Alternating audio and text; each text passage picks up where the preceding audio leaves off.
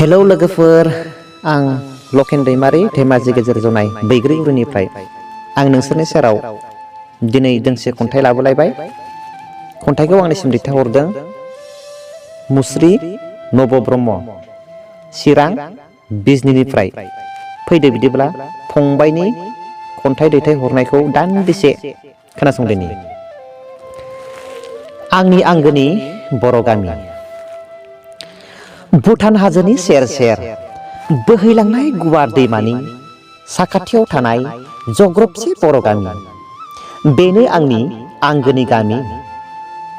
भुटान हाजोजों नांजाबनाय गुवार अरनबारि बेसे समायना, जिब जुनार दाउसिन दाउला बायदि रोखोमनि जिब जुनार बेसे नायनो। बे खाथियावनो आंनि आंगोनि बर' गामि।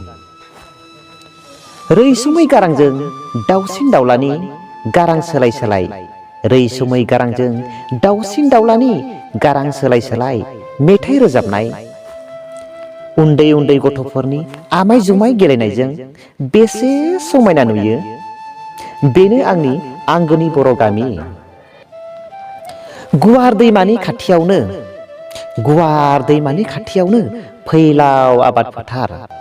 फुंबिलि समाव आबादारिफोरनि आबाद फोथाराव हाल एवनो लामा गोमसारलायनाय मोसौ होलांनाय, बायदि रोखोमनि माइ बिदां, जोसा माइब्रा परिमल आरो बायदि रोखोमनि आबादनि बिबार बारफुंनाय, गोजा गोमो गोथां बेसे समायना नुथाय।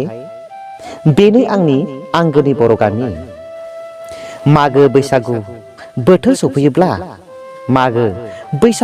सफैयोब्ला ज' ज' फिथा एन्थाब सिथाव जालायनाय आरो ज' ज' बोराय बुरै सेंग्रा सिख्ला गथ' गथाय न'खर न'खर खाम जथा सिफुं सेरजा गंगोना दामनायजों गामि गोमसारलायनाय मोसानायजों बेसे समायो।